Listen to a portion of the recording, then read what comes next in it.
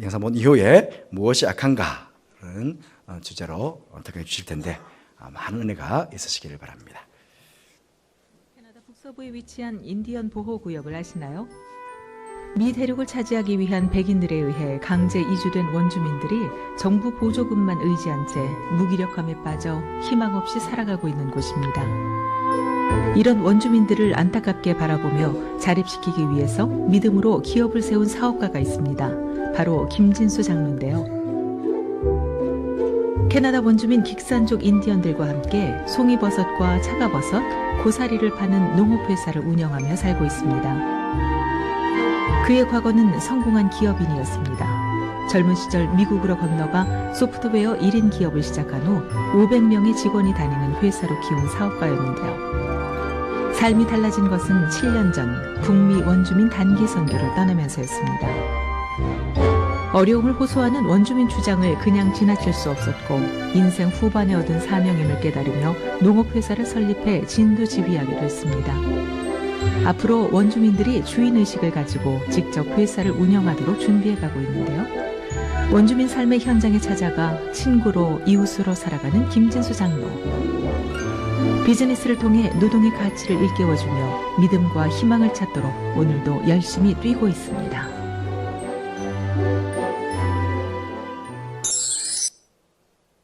캐나다 북서부에 위치한 인디언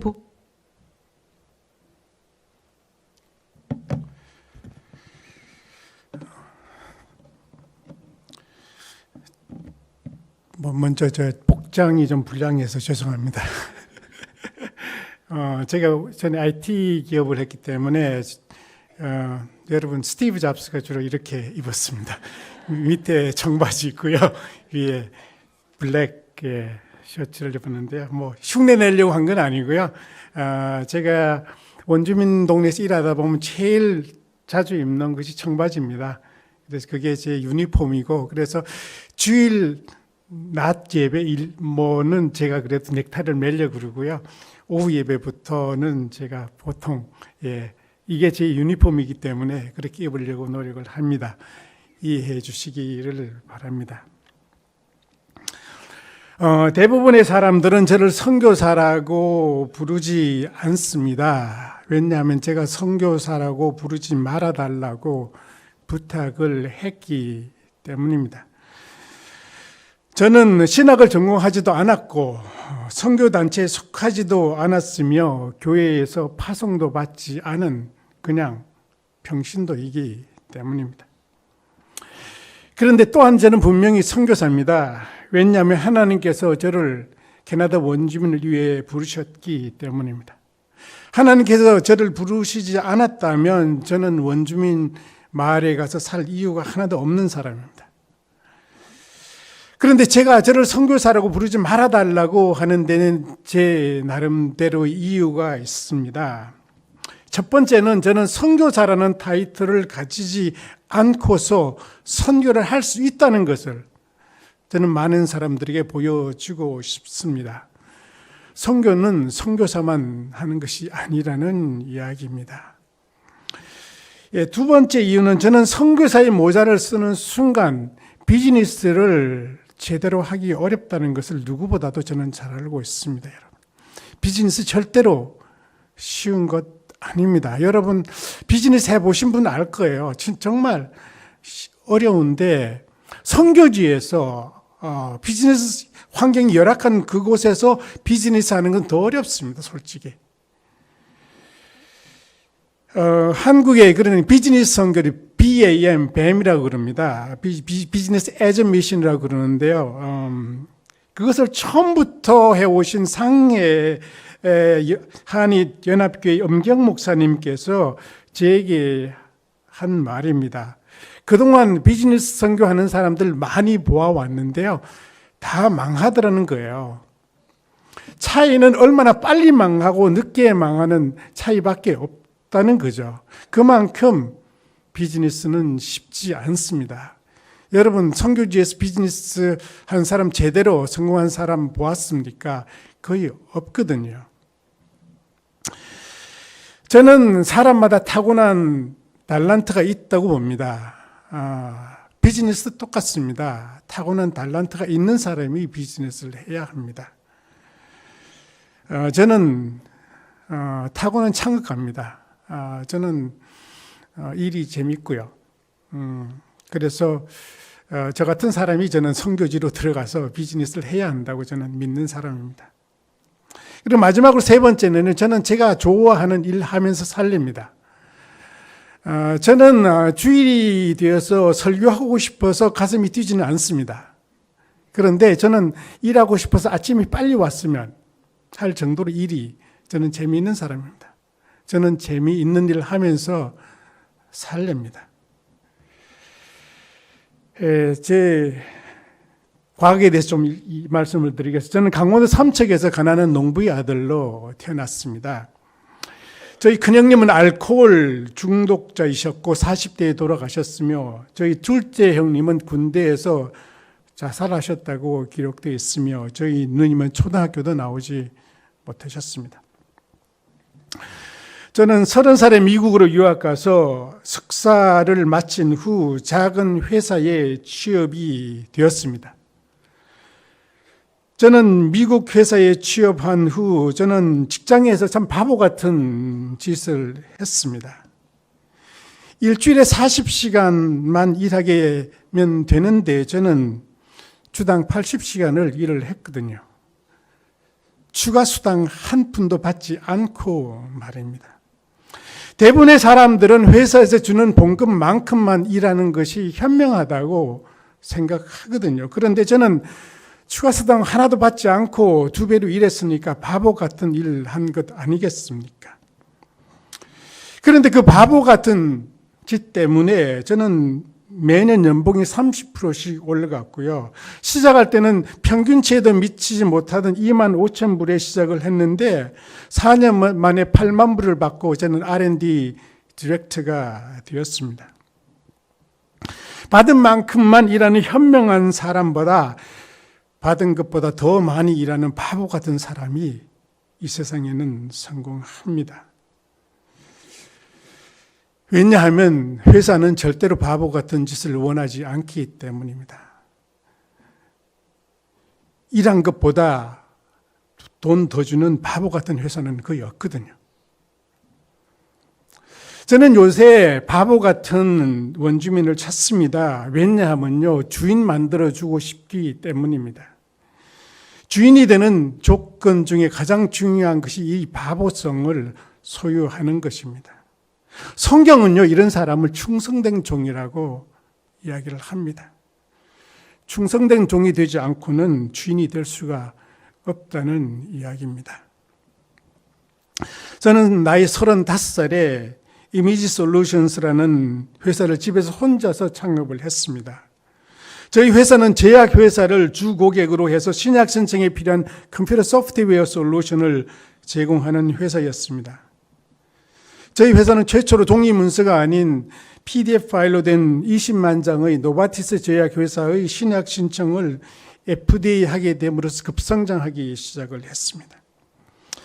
저는 회사를 창업한 지 18년 만에 회사를 거의 500명의 회사로 성장했고, 그리고 2010년 저는 저희 회사를 대기업에 인수했습니다. 그리고 제법 큰 돈을 벌었습니다. 2010년, 그러니까 지금으로부터 9년 전 저는 알래스카와 인접한 캐나다 동네로 단기 선교를 갔다가 하나님의 부르심을 받았습니다. 바로 그 해가 회사를 파는 해였고, 회사를 팔면 무엇을 할까 고민하고 있었을 때였습니다. 하나님께서는 그 기회를 놓치지 않으시더군요. 저는 하나님께서 완벽하게 파놓은 덫에 저는 빠져버렸습니다. 제가 있는 지역에는요, 북미에서 자연산 송이버섯이 제일 많이 나는 지역입니다. 원주민 추장이 저보고요, 여기 송이가 많이 나는데 가격이 폭락하는데 그 폭락을 막아줄 수 없느냐고 저한테 부탁을 해왔습니다. 저는 강원도 삼척에서 살았기 때문에 송이에 대해서 알고 있었습니다. 냄새도 기억하고 있었고요. 할 수 있을 것 같더라고요. 그런데 제 같이 갔던 딸이 그러는 거예요. 저는 아빠가 필요해. 그러니까 망설이게 되었고요. 그런데 돌아오는 길에 토론토에서 온 청년이 저한테 찾아와서 하나님께서 자기에게 말씀을 주셨다는 겁니다. 내가 지금 결정 못해서 망설이는 거 있는데 그것을 하라고 하셨다는 거예요. 저는 그런 말 지금도 듣고 싶지 않습니다. 저는 말씀 묵상을 하는 점잖은 장로교인입니다.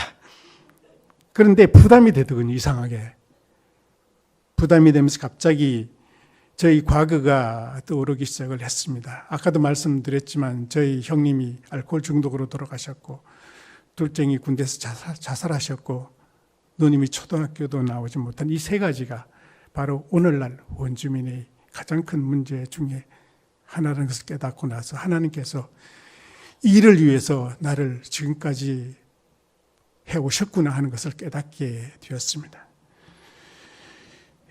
그러면서 에스더에게 주셨던 말씀, 내가 왕후가 된 것이 이때 이 백성을 위함이 아닌지 누가 알겠느냐 하는 바로 그 말씀을 주에게 주셨습니다.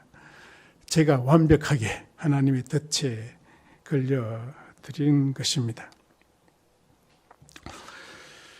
그리고 원주민을 만난 지 1년 후 저는 그곳에 원주민과 같이 긱섬이라는 원주민 회사를 설립을 했습니다.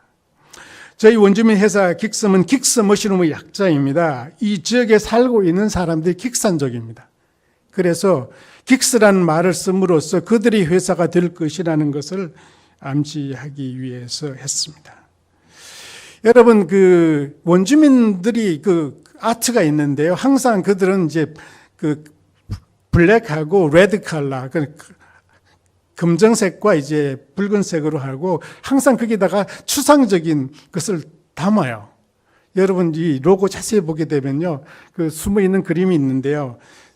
로고 다시 보내주시겠어요? 조금 전에 했던 게 두 개가 숨어 있습니다. 저희들이 가지고 있는 상품이 두 가지가 숨어 있는데요. 날개에는요, 뭐가 보이나요? 고사리가 날개는 있고요. 몸통에는요, 버섯이 있죠. 제 아들이 그래픽 디자인을 했는데, 제 아들이 회사 로고를 디자인해 주었습니다. 저는 이 회사를 선교를 후원하기 위한 회사로 하기 위해서 저는 회사를 설립하지 않았습니다. 저는 이 회사를 원주민 회사로 만들어주기 위해서 저는 이 회사를 설립을 했습니다. 저는 일반인들이 생각하고 있는 선교가 전혀 이루어지지 않는다고 하더라도 저는 이 일을 할 겁니다. 왜냐하면 이것은 원주민에게 꼭 필요한 일이기 때문입니다. 선교가 되지 않는다고 해서 그들이 꼭 필요한 것을 하지 않는 것을 저는 우리 크리스찬이 해야 할 일이라고 생각하지 않기 때문입니다. 그럼에도 불구하고 저는 선교할 겁니다. 그래서 회사를 설립할 때부터 설립의 목적에 이익의 20%는 선교를 위해서 10%는 교육을 위해서 한다고 아예 명시를 해버렸습니다. 그리고 저는 후원금으로 이 회사를 설립하지 않았습니다. 저는 100% 저희 주머니 돈으로 저는 이 회사를 시작을 했습니다. 비즈니스에서 실패하는 가장 큰 이유는 실패해서 배움이 없기 때문입니다. 배움이 없는 이유는 아프지 않기 때문입니다. 아프면 배우게 되어 있어요, 여러분. 아프지 않은 이유는요, 내 돈이 들어가지 않았기 때문입니다, 여러분. 내 돈 들어가 보세요. 손에 나면 아프고요. 아프면요, 금방 배우고요. 금방 고치게 되어 있습니다. 저는 저희 회사의 소유권을 점차 원주민에게 이양할 것입니다. 이미 20%가 원주민이 소유하고 있는 상태입니다. 그러나 절대로 저는 무료로 주지 않을 겁니다. 무료는 의미가 없기 때문입니다. 제가 일하고 있는 곳은 북미에서 송이버섯이 제일 많이 나는 지역입니다. 그런데 운송에 어려움이 있기 때문에 가격이 폭락합니다. 제가 회사를 시작하고 송이 수출을 미국으로 하지 않았겠습니까? 미국과 캐나다는 그냥 붙어 있기 때문에 그냥 UPS 통하면 바로 될 줄 알았어요. 그래서 처음으로 수출한 송이가 통관에 걸려서 한 10일 후에 연락이 왔는데 다 썩어서 폐기 처분한다는 통보를 받았습니다. 저는 통관해야 되는지도 몰랐거든요. 그때서야 통관을 해야 되나 보다 해가지고 다시 회사를 등록하고 해서 그 다음에 보냈는데요. 이번에 금요일에 미국에 도착했는데 주말에 배달이 되지 않고 월요일이 배달이 됐는데 한 절반이 썩었더군요. 예, 그러면서 송이철 끝나버렸습니다. 아무것도 하지 못했습니다. 갑자기 힘이 쭉 빠지고 한심한 생각이 들더군요.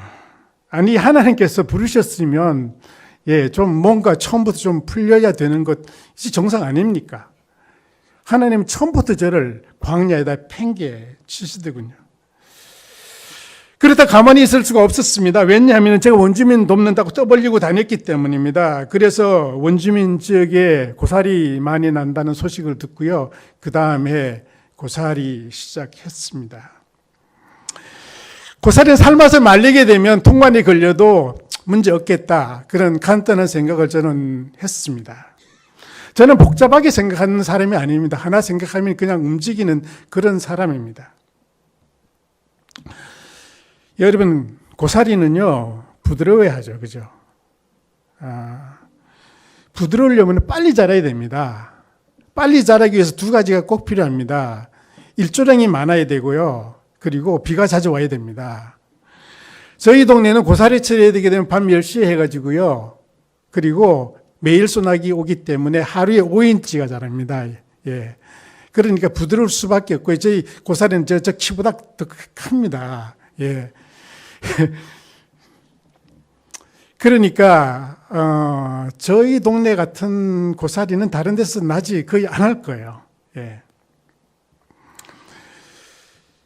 고사리철을 마치면서 본격적으로 일을 시작해야 되겠다는 생각을 하게 되었고요. 그래서 제가 부동산을 구입을 했습니다.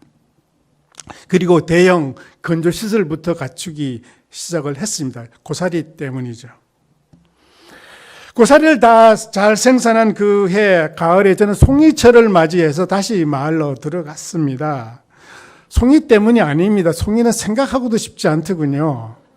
예, 그 쓰라린 그 상처가 저를 누르고 있었습니다. 그런데 제가 있는 곳에서 1시간 떨어진 곳에 이제 좀 중소도시가 있습니다. 거기 공항이 있고요. 거기에는 한국 분이 좀 사시는데 한 분이 저한테 송이를 좀 많이 사달라는 거예요.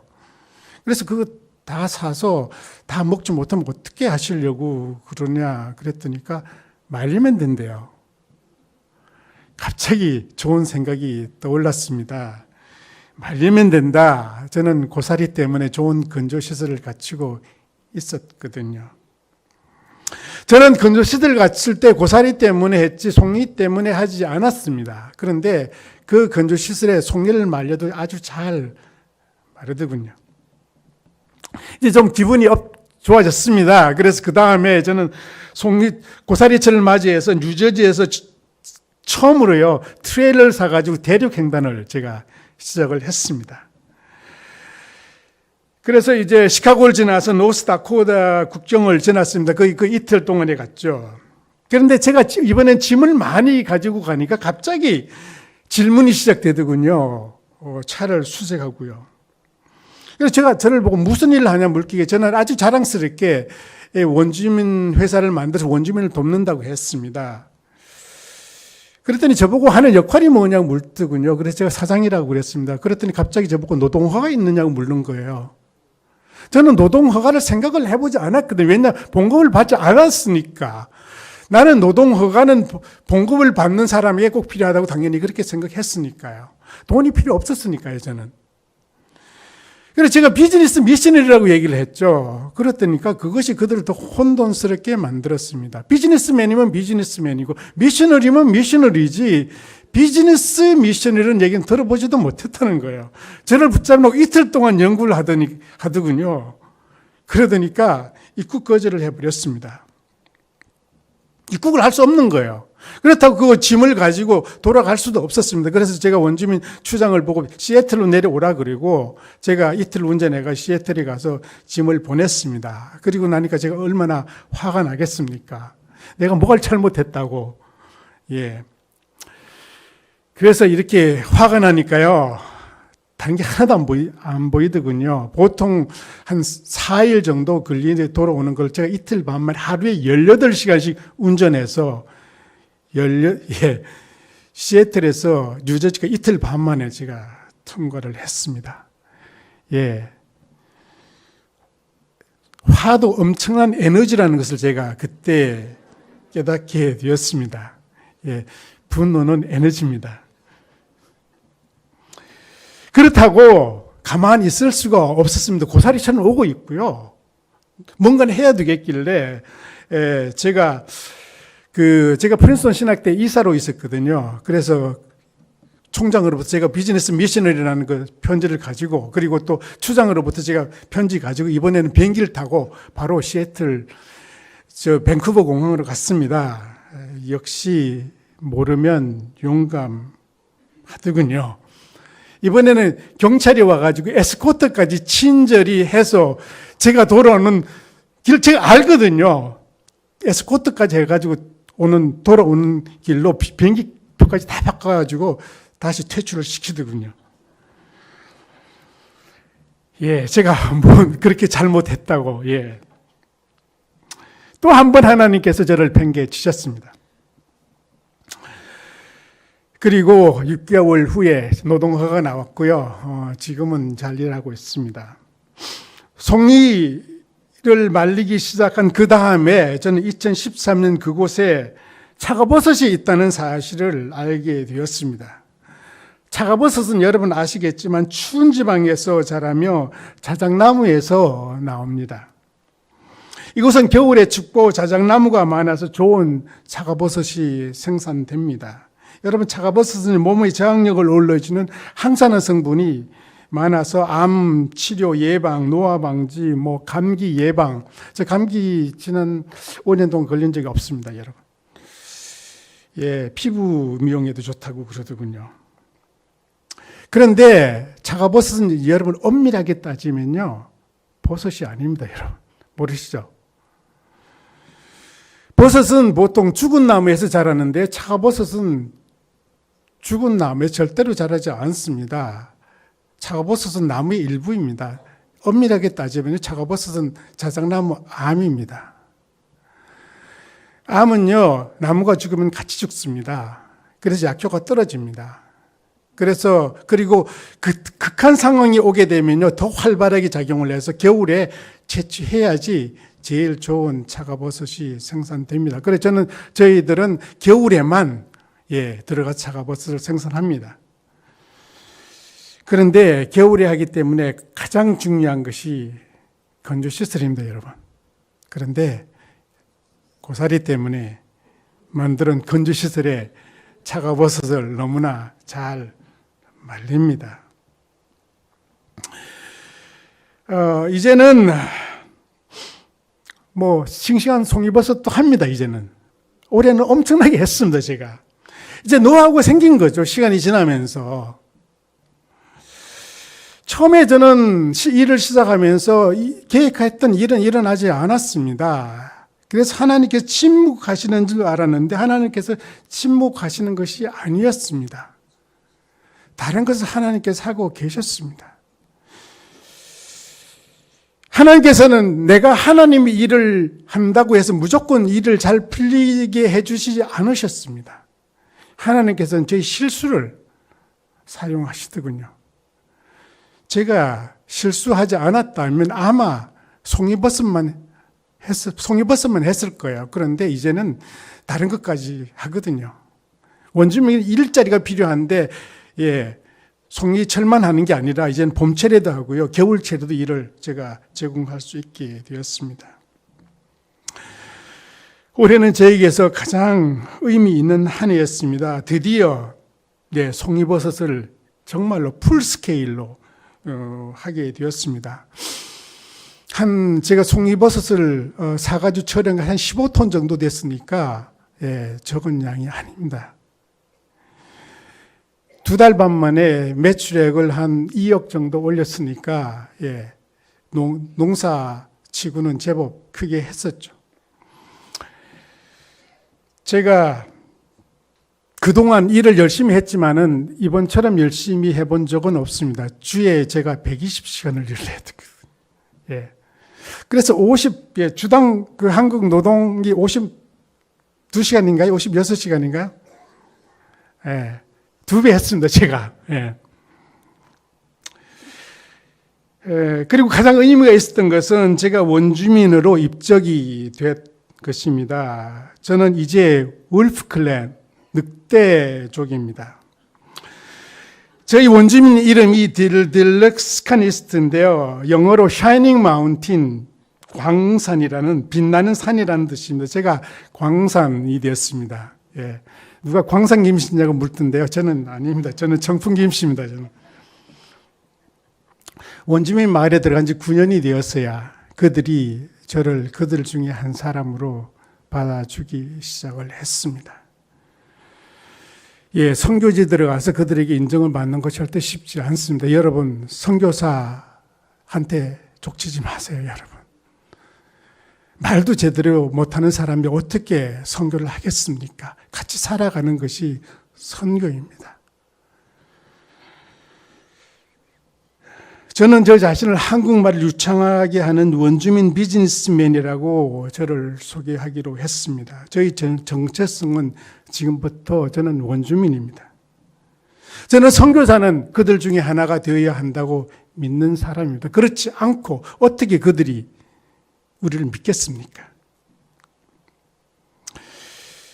그리고 같이 일할 선교사를 저는 최종적으로 구했습니다. 이제 그 선교사가 정식으로 선교사의 비자를 가지고 들어오는 것을 수속 중에 있습니다. 저는 선교할 겁니다. 그러나 저는 비즈니스 하고요. 전체적으로 선교하면 되잖아요. 저는 비즈니스 하기도 바빠요. 제가 주일날 설교까지 준비하라 그러면 저는 하지 못합니다. 저는. 송리철을 다 마치고 돌아오기 바로 이틀 전에 제가 큰 차 사고가 났습니다.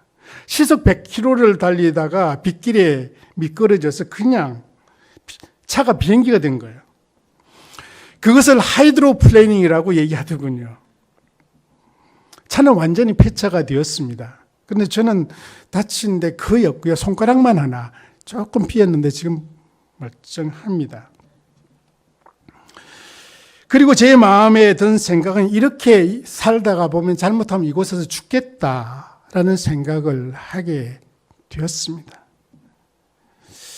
그런데 참 다행인 것은 내가 죽어도 내 자신에게 섭섭하지 않겠다라는 생각을 하게 되었습니다. 저는 지금 거기에서 하다가 죽어도 섭섭하지 않습니다. 저는 무슨 순교 그런 것 생각하지 않습니다. 저는 그냥 이것이 그만큼 재밌다는 얘기예요. 저는 좋아요, 그냥. 있는 게 재밌고 겁나지 않습니다. 저는 그것이 너무나 하나님께 주신 큰 축복이라고 생각하게 되었습니다.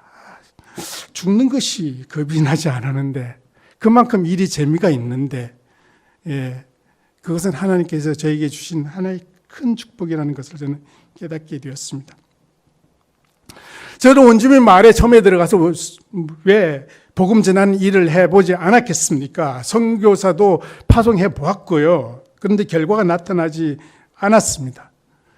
그리고 얼마 후 깨달은 것은 제가 돌짝밭 위에다가 씨를 뿌리고 있다는 사실이었습니다. 그리고 싹도 나지 않았는데 저는 열매를 기다리고 있었습니다. 그리고 깨달았습니다. 돌 제거하는 작업부터 해야 되겠다고요. 돌짝밭에 돌 제거하지 않고 씨 뿌리는 것은 저는 하지 않을 겁니다. 그러니까 제가 하는 일은 지금 저는 씨 뿌리는 자도 아니고 저는 돌 제거하는 사람입니다. 여러분, 만약에 여러분께서 여러분 돈을 주고 씨앗을 샀다고 합시다. 그런데 밭에 가보았더니 돌짝밭이었습니다. 여러분 그곳에 씨를 뿌리겠습니까? 돌부터 제거하지 않겠습니까? 아마 씨를 뿌리는 사람이 있다면 그는 누군가가 그 씨앗을 무료로 준 사람은 그럴 수가 있다고 저는 생각을 해요. 예. 저희 역할은 세례 요한의 역할입니다. 말씀이 떨어졌을 때 잘 자랄 수 있도록 땅을 옥토로 만드는 것이 바로 저희 역할이라는 것을 저는 깨닫게 되었습니다. 그리고 저는 그것으로 만족합니다. 그리고 저는 신학을 전공하지 않은 사람으로서 많은 선교사를 만나게 되었고 그 과정에서 많은 선교에 대한 생각을 하게 되었습니다. 지금 제가 앞으로 나눌 이야기는 제가 평신도로서 느낀 선교에 관한 이야기가 될 것입니다. 여러분, 선교가 무엇입니까? 아니, 여러분은 어떤 이유로 교회에 나오게 되었습니까? 저는 고등학교 시절요, 친구가 좋아서, 친구처럼 되고 싶어서 저는 교회에 나가기 시작을 했습니다. 요새 선교가 왜 어렵습니까? 전도가 왜 어렵습니까? 닮고 싶은 사람이 교회에 별로 없기 때문입니다. 현재 한국의 선교는 위기를 맞고 있습니다. 많은 선교사들이 선교지로부터 추방을 당하고 있습니다. 회교권은 물론이고 중국, 일본 거의 모든 나라에서 이제는 선교사들은 경계의 대상이 되었습니다. 어떤 사람들이 이것을 선교의 박해라고 이야기를 하더군요. 그런데 한번 위치를 바꿔놓고 한번 생각을 합시다. 많은 선교사들이 선교를 목적으로 들어가면서도 비즈니스를 한다는 명분을 내세웁니다. 그래서 비즈니스맨 행사를 하고 들어가죠. 그래서 선생님, 사장님 이렇게 들어갑니다. 그런데 조금 지나 보니까 정부에서 보니까 아니거든요. 그러니까 정부 쪽에서 봤을 때 속았구나. 그러면 그런 생각이 들면서부터 그다음부터 엄격한 조건을 세우기 시작합니다. 어떻게 하더라도 내쫓으려고 생각하지 않겠습니까? 아니, 위치 바꿔놓고 생각합시다. 무슬림들이요, 우리는 한국에 왔는데 비즈니스 한다고 들어왔는데 돌아보니까 나중에 비즈니스 하자고 선교하고 있을 때 한국 정부는 어떻게 하겠어요? 여러분 어떻게 하겠습니까? 어떻게 해도 내쫓으려고 하지 않겠습니까? 어찌 보면 선교의 문이 막히는 것은 우리가 해온 그 과정의 결과라고 우리는 생각해도 무리가 아닐 수가 있다고 저는 생각하게 되었습니다. 어찌 보면 정직하지 못했던 것들이 오히려 선교의 문을 막고 있다고 저는 생각하게 되었습니다. 정직하지 못한 것이 선교의 문을 막고 있었다면 우리는 다시 문을 여는 방법을 우리는 이미 알고 있습니다. 정직하면 됩니다.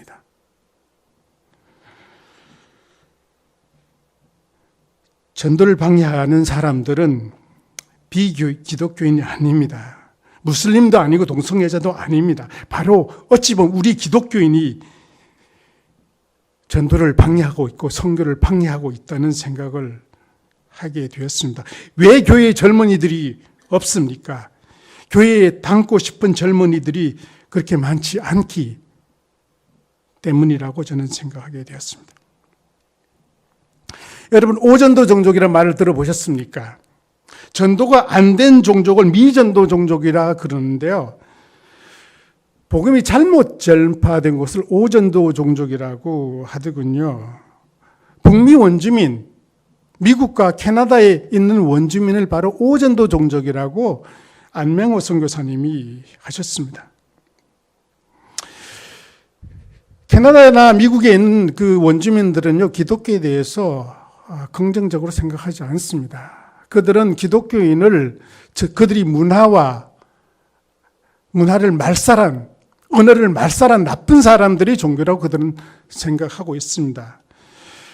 꽤 오랫동안 레지던셜 스쿨이라는 것을 운영을 했습니다. 그래서 아동이 5살이 되게 되면 강제로 부모가 격리시켜서 그 보딩 스쿨, 레지던셜 스쿨에 보냈고요. 거기에서는 절대로 그들이 말을 하지 못하게 했고 그들이 언어를 빼앗아 버렸습니다. 그리고 교사들은 다 기독교인이었습니다.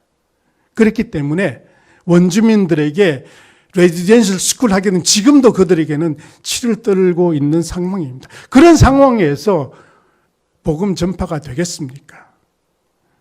그들에게 복음을 전파하기 위해서 전제 조건이 있습니다. 그들이 가진 선입감이 틀렸음을 보여주어야 합니다. 그들에게 기독교인도 좋은 사람이 있다는 것을 보여주는 것이 선교의 시작이라는 이야기가 되겠습니다.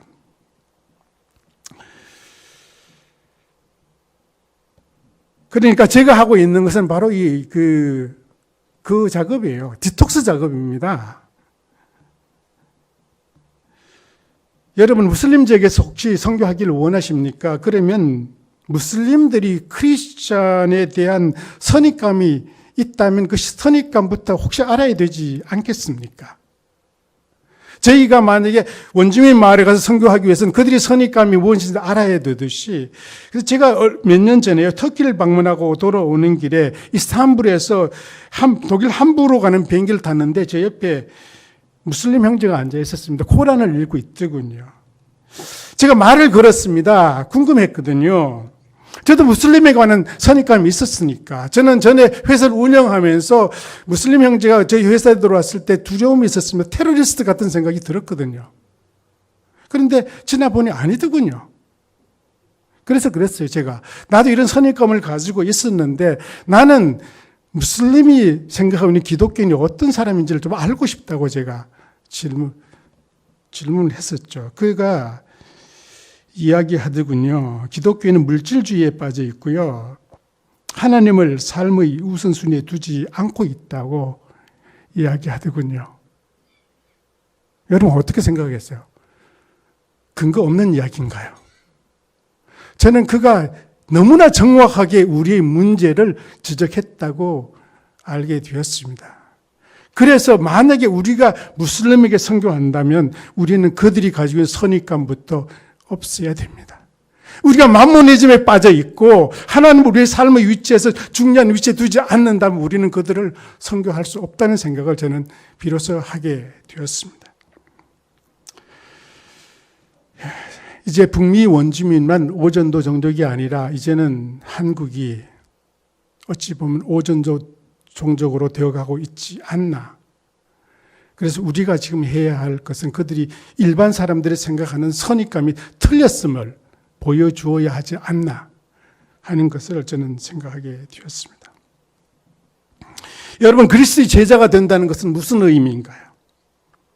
성경을 많이 아는 것인가요? 기도를 많이 하는 것인가요? 교회 일을 열심히 하는 것인가? 이거 다 중요합니다. 그러나 이것이 우리의 삶으로 나타나지 않는다면 저는 아무런 의미가 없다고 생각합니다. 삶은요, 덧셈이 아니라 곱셈입니다. 그래서 아무리 우리가 신앙생활을 열심히 하는 것이 보여도 삶으로 나타나지 않는다면 곱하기 0 하게 되면 0으로 될 수밖에 없다는 이야기입니다. 요사이 크리스천이 욕을 얻어먹는 것은 성경 지식이 없어서도 아니고 예배를 적게 드려서도 아닙니다. 알고 있는데 살아가지 못하기 때문입니다. 그리고 우리의 삶과 우리가 알고 있는 것의 격차가 있으면 있을수록 더 큰 문제가 발생하게 됩니다. 기독성도 없고 전문성도 없으면 복음의 방해가 되지 않습니다.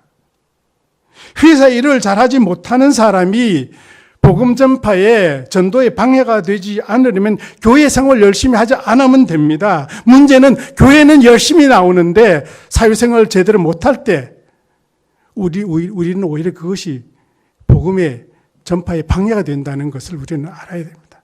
물론 교회에서는 그런 사람을 원하겠지만 그러나 전도의 입장에서 봤을 때는 절대적으로 그것은 방해가 된다는 이야기입니다. 직장에 다니십니까? 근무 시간에 성경 보지 마세요. 네, 일 열심히 더 하세요. 기독교인 사장이십니까? 회사에서 예배 드리는 것보다 더 중요한 것 있습니다. 보너스 제대로 주세요. 그것이 더 중요하다는 이야기입니다. 보지 말라는 이야기가 아니고 더 중요한 것부터 하자는 이야기입니다. 오늘 성경의 마태복음 25장에는 여러분이 너무나 잘 알고 있는 달란트의 비유가 나옵니다. 주인이 멀리 떠나기 전 종 셋을 불러서 한 종에게 금 5달란트, 다른 종에게 2달란트, 또 한 종에게 금 1달란트를 맡기고 떠납니다. 올해는 주인이 돌아왔을 때 5달란트 받은 종은 5달란트를 남겼고 2달란트 받은 종은 2달란트를 남겼으며 1달란트 받은 종은 1달란트 땅에 묻어두었다가 그대로 바칩니다. 그때 주인은 이 1달란트 받은 종에게 악하고 게으른 종이라고 책망하셨습니다. 저는 이 말씀이 솔직히 이해가 가지 않았습니다. 게으르다는 말은 충분히 이해가 갔는데 악하다는 말은 솔직히 이해가 가지 않았습니다. 그것이 악한 건가요? 저는 주인이 좀 지나쳤다고 생각하게 되었습니다. 좀 그렇다면 가실 때 뭐라고 자세하게 말씀을 하고 가시든지, 갈 때는 그냥 아무 말 없고 가셨고, 잃어버린 것도 아니고 왔는데, 아니, 악하다니. 근데 오늘 또 여러분 구약의 신명기 15장의 면제의 말씀을 읽었습니다. 저는 면제의 말씀을 읽다가 공통점을 비로소 발견하게 되었습니다. 마태복음과 면제의 그 공통점에는 수없이 나오는 이야기가 악하다고 얘기 나오는데요. 신명기 15장 9절에 너는 삼가 너는 악한 생각을 품지 말라 곧 이르기를 7채의 면전이 가까이 왔다 하고 궁핍한 형제를 악한 눈으로 바라보아 아무것도 주지 아니하면 그가 너를 여호와께 호소하리니 그것이 네게 죄가 되리라 라고 하셨습니다. 여러분 아시겠지만 면제는 매 7년 만에 오는 것으로 면전이 되기는 빚을 면제해 주어야 됩니다. 면전이 가까이 온다는 이야기는 무슨 말입니까? 돈을 받을 가능성이 희박해진다는 이야기입니다. 돈을 받을 가능성이 희박하기 때문에 돈을 구워주는 것을 꺼리는 것은 여러분 당연한 생각 아닌가요? 은행에서 그래서 담보로 잡지 않는가요? 아니 리스크 매니저 하는 거예요. 엄밀하게 따지면. 그런데 리스크 매니저 하는 게 또 뭐 그렇게 악하다고 여러분 생각합니까? 저는 세상의 논리를 봤을 때 당연하다고 생각을 합니다. 그런데 제가 깨달은 것은 우리가 생각하는 것 악한 것과 하나님께서 정의하는 것이 악한 것이 다르다는 생각을 비로소 저는 깨닫게 되었습니다. 우리는 남에게 해를 끼치고 나쁜 일을 하는 것을 악하다고 하는데 하나님께서는 해야 할 일을 하지 않는 것을 악하다고 하신다는 것을 저는 비로소 깨닫게 되었습니다. 그렇기 때문에 이익을 남겨야 할 이 종이 이익을 남기지 않는 것이 악하게 되고 이웃을 도와줘야 할 사람이 도와주지 않는 것을 하나님께서 악하다고 하셨다는 생각을 하게 되었습니다. 그러면 왜 그것이 악한 것일까요? 하나님께서는 우리를 창조하실 때 각자 독특한 목적을 가지고 창조하셨습니다. 그런데 창조의 목적에 사용하지 않는 것은 창조의 낭비이고 창조의 낭비는 어찌 보면 하나님의 입장에서 봤을 때 악하다는 이야기입니다.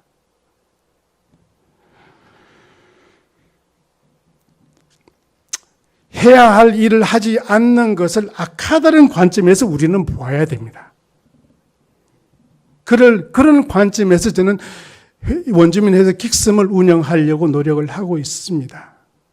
그래서 저는 그 회사의 핵심 가치를 3가지를 정했고요. 그 첫 번째는 정직, 인테그리티, 두 번째는 나눔, 쉐어링, 세 번째는 인디펜던스, 자립, 이 3가지를 가지고 저는 원주민 회사를 운영합니다. 정직에 대해서 좀 이야기를 하겠습니다. 저는 정직에 대해서 제일 강조하기 때문입니다. 정직이란 속이지 않는 것이 아닙니다. 정직이란 안 해도 되는 것을 하는 것이라고 저는 정의했습니다.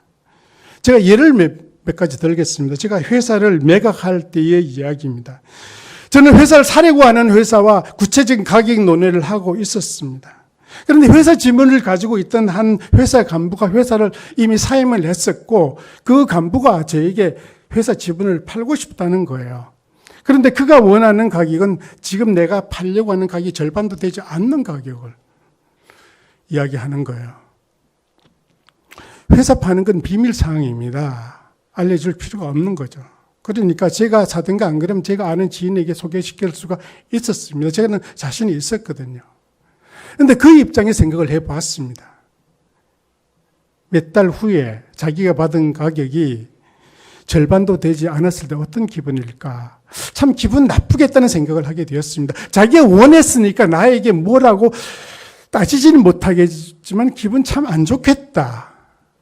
그래서 제가 얘기를 했죠. 구체적인 얘기를 할 수 없으니까 일단 가지고 있었으면 좋겠다고요. 그리고 그는 6개월 후에 자기가 원했던 가격 2배 이상을 받았습니다.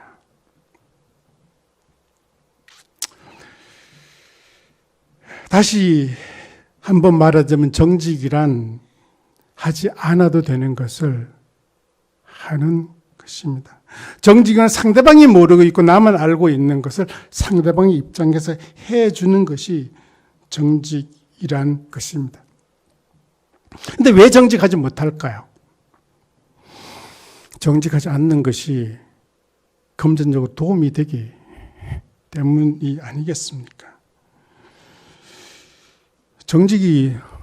정직한다는 것은 손해를 본다는 의미예요. 손해보지 않고 정직한 법은 이 세상에 없습니다. 그러면 다 정직하죠, 당연히. 정직하죠. 여러분, 돈이 있는 곳에 마음이 있지 않던가요?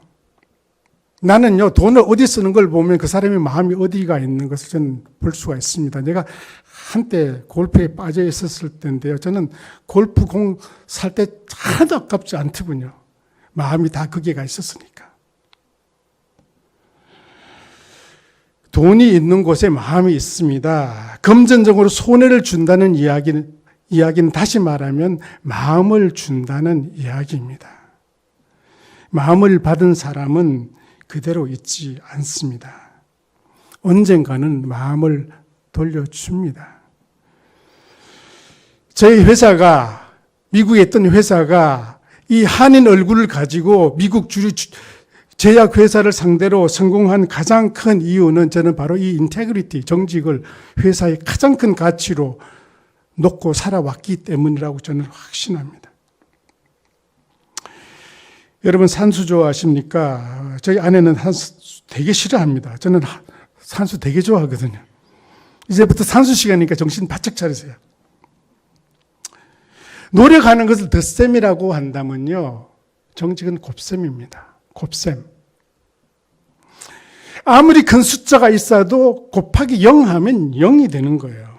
아무리 열심히 노력해서 쌓아놓은 것이 있다고 하더라고요. 정직이 없으면 어느 순간 다 무너지는 것을 우리는 알아야 됩니다. 우리는 우리 주위에 너무나 자주 정말로 유명하고 성공했던 사람이 하루아침에 무너지는 것을 보지 않습니까? 그들은 능력이 없어서 절대 아닙니다. 사교성이 없어서도 절대 아닙니다. 정직하지 않기 때문입니다.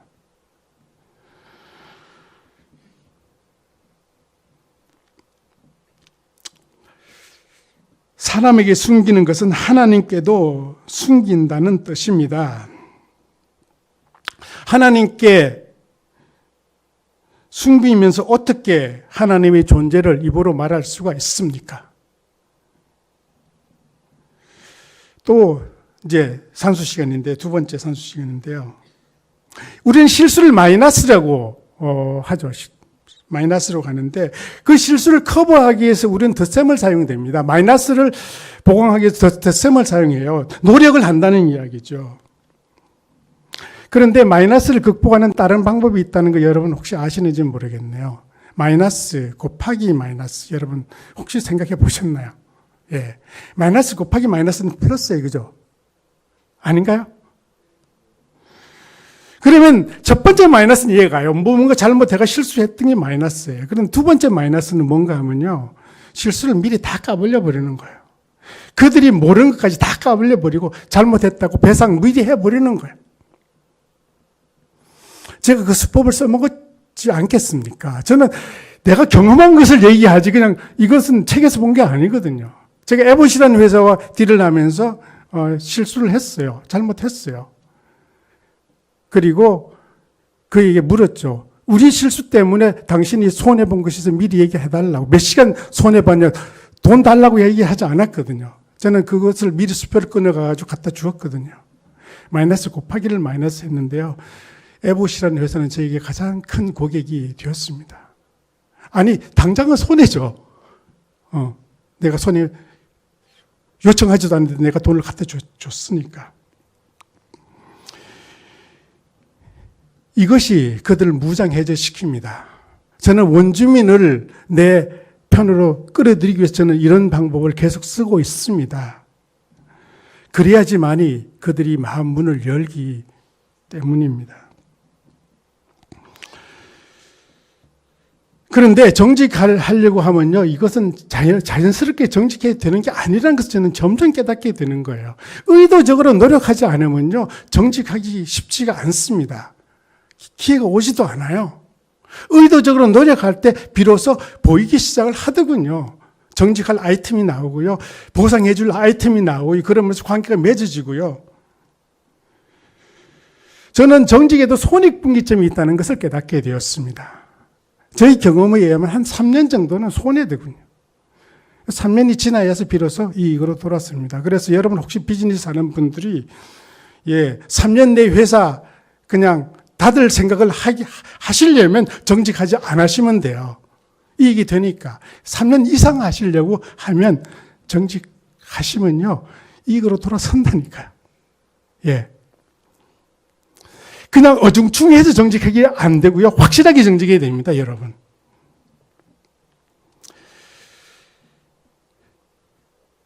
그런데 이런 얘기를 하니 어떤 분이 그러시더군요. 어려우면 그렇게 하기 어렵다고. 저도 알아요. 정직하는 것 자체가, 여유가 있어도요, 정직하기 쉽지 않거든요. 그런데 어려울 경우에 했을 경우는 그 손익분기점이라는 게 있다고 그랬잖아요. 그것이 훨씬 단축된다는 걸 저는 확신합니다. 상대방이 봤을 때 정말 어려운 상태에서 그렇게 자기 손해를 보고 했을 때 어떻게 하겠습니까? 당연히 더 빨리 되돌려 주려고 하지 않겠습니까? 이런 이야기를 하니까 어떤 선교사님이 그러더군요. 선교지에 오면요, 정직할 수가 없어요. 정직하게 되면 일이 아무것도 안 풀려요. 그런 얘기를 하더군요. 저는 비즈니스를 했기 때문에 저런 거 충분히 이해합니다. 무조건 저는 푸시하지 않아요.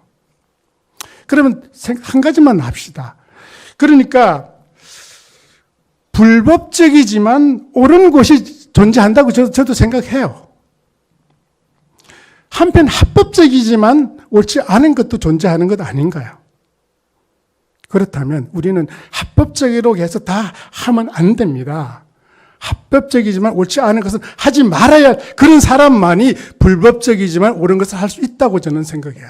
두 가지 다 하는 것은 그거는 자기를 위해서 모든 걸 사용하는 것밖에 되지 않습니다. 우리는 사람 앞에서 정직한 것도 물론이지만 하나님 앞에서 정직해야 합니다. 사람 앞에서 정직한 것과 하나님 앞에서 정직한 것이 무엇이 다르겠습니까? 여러분 모르겠는데 저는 솔직히 사람 속마음 모르겠더군요. 아는 것 같았는데 모르겠더군요. 그런데 하나님께서는 우리 속마음을 아신다는 거예요. 우리 의도를 아신다는 거예요. 하나님 앞에서 정직하다는 것은 의도까지 정직하다는 이야기예요. 캐나다 원주민을 점령한 백인들은 하나님 앞에서 정직하지 못했습니다. 그들은 나쁜 의도, 숨은 의도를 가지고 원주민에게 무료로 돈을 주기 시작을 했습니다. 그 무료로 준 돈들이 원주민을 무기력하게 만들어 버렸습니다. 그들이 알코올 중독으로 되게 만들었습니다. 우리는 의도까지 우리는 정직해야 합니다. 예, 정직에 대해서 말씀드리고 나눔에 대해서 간단하게만 말씀을 드리겠습니다. 남을 도와주는 것이 쉽지가 않더군요. 여러분 혹시 탁식 체리티라는 얘기 들어보셨습니까? 체리티는 도와주는 거예요. 탁식이라는 얘기는 독성이 있다는 이야기예요. 도와주는 것이 독이 있다는 거예요. 캐나다 정부가 원주민에게 한 것은 바로 이 탁식 체리티예요. 도와주는 것이 도움이 되지 않는다는 거죠. 예, 저는 아들 하나, 딸 하나가 있습니다. 맨하탄에 살고 있는데요. 아들이 맨하탄에 살고 있는데 사립 유치원을 보내는 것이 엄청나게 돈이 들어갑니다. 대학 들어가는 거 더 들어갈 거예요. 연에 한 2, 3만 불 들어가요. 그러니까 우리 아들이 어떻게 알았는지 제가 돈이 좀 있는지를 알고요. 우리 아내한테 자기 딸 둘 유치원비 좀 대줄 수 없느냐고 부탁을 했대요. 저한테는 얘기하지 않고. 아내가 단칼에 거절을 했다고 그러더군요. 이 새끼는 네가 키워라. 제가 잘했다고 했습니다. 왜냐하면 그들을 스스로 할 수 있기 때문입니다. 저는 제 딸을 대학까지 제 돈으로 졸업시켜 지금 직장에 다니고 있습니다. 저는 절대로 그녀가 석사과정 원한다면 저는 돈 대주지 않을 겁니다. 자기 스스로 할 수 있다고 제가 믿기 때문입니다. 성경은 어떻게 도와주는 것이 좋은 방법이라는 예를 한 가지를 들어주고 있습니다. 여러분 성경에 보게 되면 이삭 남기기 여러분 아시잖아요. 그죠? 농사 지을 때 이삭을 다 줍지 않고 그리고 구석에 있는 코너에 있는 것을 남기라는 거예요. 그냥 곡식을 주면 될 텐데 구태여 그것을 남기라는 거예요. 그것이 그들에게 가지고 오는 사람 자존감을 유지시켜주기 때문입니다. 여러분 혹시 이삭 남기기가 뭐라고 생각하시나요? 여러분 삶에서. 그때는 농경사였으니까 그런 게 있었고 지금은 나와는 무관한 이야기입니까? 저도 그것을 고민하다가 하루는 깨달은 것이 있습니다. 나에게 이삭 남기기란 도대체 무엇일까 고민하다가 저는 겨울이 되게 되면요 눈을 치지 못합니다. 아내가 치지 못하게 하기 때문입니다. 저는 원주민 동네에서 일을 노동을 많이 하기 때문에요. 좋습니다. 저는 식스팩은 안 되지만 투팩 정도는 있거든요. 제가 일을 잘할 수 있는데 하루는 눈치지 말라는 거예요. 왜 그러냐 그러니까 당신 치면 그 스페니시 형제들 와치는데 돈 못 버니까 당신이 그 사람들 차 뺏는 거라고. 그것을 듣고 나서 나에게 이삭 남기기는 바로 눈치지 않는 것이구나. 저는 치고 싶은데도 불구하고 눈을 못 쳐요. 그것이 그들에게 잡을 줄 수 있고 그들에게 노력할 수 있는 것을 제공하기 때문입니다. 도와주는 것이 절대로 쉽지 않습니다, 여러분. 저는 그래서 원주민이 어떻게 하더라도 일거리를 제공하려고 노력을 하고 있습니다. 여러분, 주위 사람들에게 불쌍하다고 해서 그냥 돈 주지 마십시오. 잘못하면 의존도만 높여주기 때문입니다. 혹시 저희 긱섬 도와주고 원주민 도와주고 싶으면요 제가 방법 알려드릴게요. 저희가 차가버섯이 있거든요. 한국에 와 있어요. 차가버섯 사주시면 그것이 원주민 돕는 것이라는 것을 마지막으로 제가 장사를 항상 하거든요. 어디 가더라도. 저는 장사꾼이었으니까. 그리고 장사꾼이니까. 다행히 이제는 좀 이렇게 덜 해야 돼요. 이제 시장이 마련돼가지고 스스로 팔리기 시작을 해요. 고사리도 이제 물량이 모자라가지고 그럴 정도가 되니까 이제는 괜찮은데 처음에는 누군가 도와줘야 된다고 생각을 해요. 이제 마무리 짓겠습니다. 저는 인생을 살아오면서 인생은 점과 같은 많은 사건들로 구성되어 있다는 사실을 저는 깨닫게 되었습니다. 지나가서 과거를 이렇게 돌이켜보니까 그 점들이요 하나씩 이어져서 선을 이루더군요. 그리고 우연과 같은 생겼던 사건들이 이유가 생기기 시작을 했습니다. 저는 우연히 시골에서 태어난 줄 알았습니다. 저는 우연히 저 형님이 알코올 중독이 된 줄 알았습니다. 저는 제 의지로 미국에 간 줄 알았습니다. 저는 우연히 단기 선교를 갔다가 추장을 만난 줄 알았습니다. 그런데 그것이 우연이 아니었습니다. 그 우연과 같은 점들이 이어져 선을 이루었습니다. 내가 보기에는 우연히 생긴 것들이었지만은 다시 과거를 돌이켜 보니까 그 속에는 하나님의 계획이 있었음을 저는 발견하게 되었습니다. 여러분이 살아가는 때 어려움이 있을 때 낭망하지 말아야 할 이유가 바로 여기에 있습니다. 하나님 안에서의 삶은요, 우연을 가장한 수많은 하나님의 계획으로 이루어져 있다는 사실을 말입니다. 다 같이 기도하시겠습니다. 우리 실수까지도 사용하시는 하나님 아버지, 하나님 감사합니다. 우리가 힘들고 고통스럽지만 그 고통 가운데 의미가 있음을 알게 하여 주셔서 감사합니다. 하나님, 우리의 고통을 통해서도 우리 어려움을 통해서도 주의 복음이 전파될 수 있도록 도와주시옵소서. 아니, 우리의 축복을 통해서 전파되는 것보다도 우리의 어려움을 통해서 복음이 전파될 수 있도록 도와주시옵소서. 그래서 많은 어려움에 있는 처한 형제들이 하나님 안으로 돌아올 수 있도록 하나님 도와주시옵소서. 예수님 이름으로 기도합니다.